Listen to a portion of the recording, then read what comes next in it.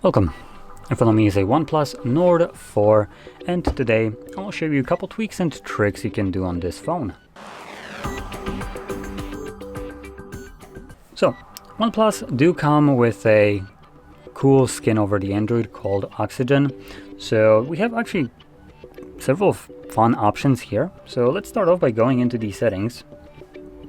And right off the bat, we'll have the basically wallpaper and style section, and this is a area where you can customize a bunch of different things associated with just look and feel of your device. Things like fonts, icons, colors, quick settings, fingerprint animation, and edge lightings. I'm not gonna really talk about the wallpaper and always on display. It's just kind of boring. But yeah, for instance, icons are typically held. You can change it, but with a third-party launcher. So it's very nice that you have this just straight up baked into the OS of the device and allows you to change it on the fly, the default launcher that you have on the device. Now, moving a little bit further back, we have the home screen and lock screen, and we have things like the home screen mode. Now you have the choice between drawer mode and the, for some reason, stupidly called the standard mode. It might be standard if you're an iPhone user. It ain't standard for Android. So I absolutely uphold this. But anyway, sorry. But you have a couple different options right here to choose from. And we also have the add apps to home screen. So when you download new apps, if you go with the drawer mode, I should also add, obviously, with the standard mode, that's the only option you have. So yeah, if you have a drawer mode, you can have this happen. So new applications will also get added to your home screen along with the app drawer. So you would have same application, kind of like two different places. Now we also have the show app suggestions. So if we enable that, you have the suggested app right here at the top. It's a pretty nice option as it does kind of show you the most frequently used applications. So sometimes it might be faster for you to just pick one from here rather than scroll down and, for instance, find it down here. In addition, you have the actual letters right here to quickly navigate through those. Now, going back to the settings, oops, we have, where is it? There we go. Swipe down on home screen. Now by default, OnePlus has this thing called shelf. Don't really care for that. So I like to select it for notification drawer. Now when selected, you can now swipe up from anywhere, or swipe down, more like not up. Swipe down anywhere on your home screen to bring up the notifications. Just makes it much simpler and easier to access your toggles, considering they are usually at the very top of your screen. So this will be much easier for you to access them without needing to shift your hand position. Now going back to the main settings page, we have display and brightness here. And here we have things like the light and the dark mode. Additionally, you do have the schedule mode for light and dark mode. And this, once enabled, gives you two additional options: sunset to sunrise or on a custom timer. This is a great option if you tend to check your phone often during the night time, but you do like the light mode during the day. This will allow you to have basically dark mode during the night and still light mode during the day, so you don't flashbang yourself at night. Now, going a little bit further down in the display and brightness, we have the screen color mode. Right here, the device comes with a vivid mode enabled. I personally like my colors to be a little bit more toned down and represent colors more realistically, so I do like it on natural. I can also choose the pro mode. So you have cinematic, uses the P3 mode, or brilliant. Brilliant is just another saturated mode. I think brilliant is even more saturated than vivid. Yep, it is. So if you want more accurate colors, probably the cinematic or natural might be the better option. At the very first glance, it might seem a little bit jarring as you went from this kind of very vibrant colors, I should add, to a display that looks more yellowish and kind of washed out. This is obviously more up to personal preference. I don't like these absolutely overdone vibrant colors, so I do like to select it on a natural on almost every device. Now moving further back to the display and section, if we scroll down a little bit farther, we should have a screen resolution and screen refresh rate. So you can change both of these. Now this device has a higher resolution, which would be at max 2772 by 1240.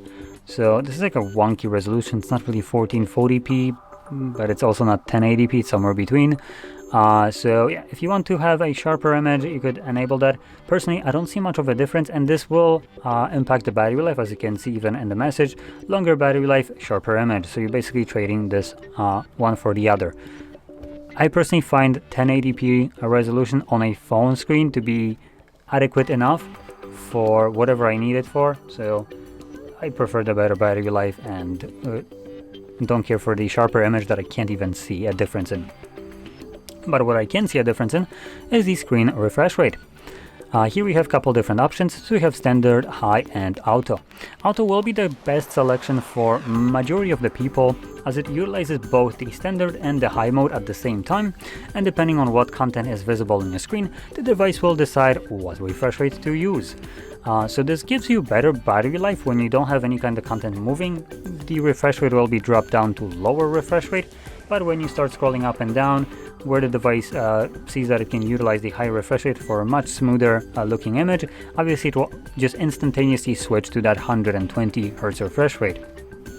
So pretty good option for most people, but if you don't really care for that smoothness, or maybe just don't see the difference between 60 and 120, then probably it might be better for you to select the standard 60 Hz, as this will give you better battery life overall. And under no circumstances would I actually advise on selecting high. High just makes the display run permanently at 120 and utilizes none of the power saving features of the auto select.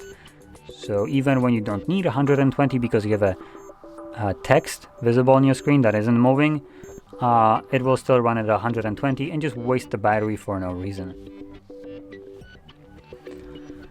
Now moving back to the main settings page, scrolling further down, we have notifications and status bar. And here we have a nice feature of the Oxygen OS called status bar, which allows you to toggle off a bunch of different things that are visible on your status bar that you might not care to see, because you know it's enabled, like Bluetooth. I have my Bluetooth always on, so I don't care to see the actual toggle being visible there. It just adds clutter that I don't care for. And same thing goes for NFC, which here looks to be turned off. You can obviously turn off things like Wi-Fi as well, and a bunch of other options or toggles here. Whichever one you want to get rid of, just toggle it off. Now this just hides them from the status bar here, but if you pull down your notifications, you will see of every toggle that is enabled right obviously here. And you can turn it on and off from here as you did before. Additionally, we also have the option to, if I can actually find it,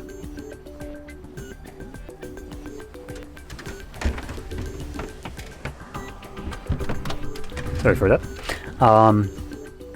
We should have the option to also be able to change the battery, which, there we go.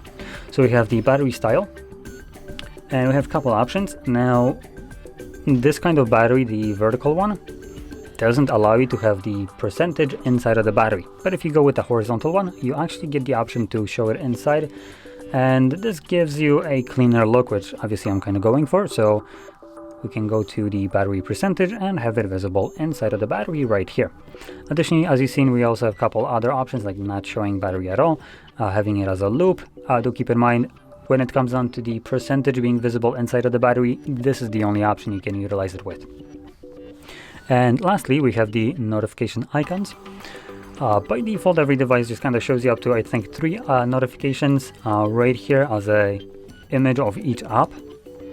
You can have it compounded to a number. So if you have more than 3, obviously that will show you a number specific to how many you have. Typically when you have this option, it just shows you 3 most recent one, and then just kind of like a couple dots.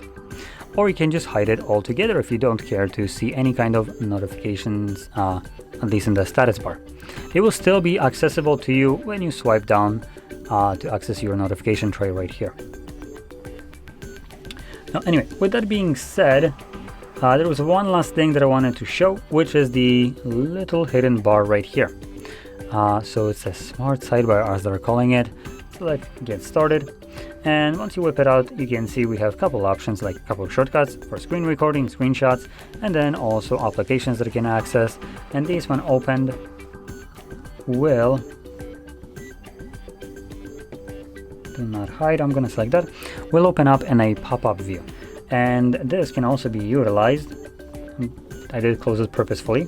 Just, come on, keep going. Okay, fine, I'm gonna explore just so we can piss off from my screen, thank you. Anyway, so if we open up some kind of application like this one, Chrome, we can access the sidebar and, for instance, open up over Chrome another application, and you should be able to kind of, there we go, hide it to the side by swiping it all the way to the side, and then you can access it at any point. Both of these options are right now available to me at the same time, so I can use both of the applications. I can also hold this. If I move it all the way to the top, as you can see, it kind of shifts you up a little bit further down, gives me a black bar right here. And when I drop it, it goes into split screen mode. And click on the three dots, swap the sides if I want to, and should be able to open up another application on top of those two. So as you can see, you have a couple options for split screening and multitasking in general. Now, anyway, with this being said, hopefully you found this video helpful, and if you did, don't forget to hit like, subscribe, and thanks for watching.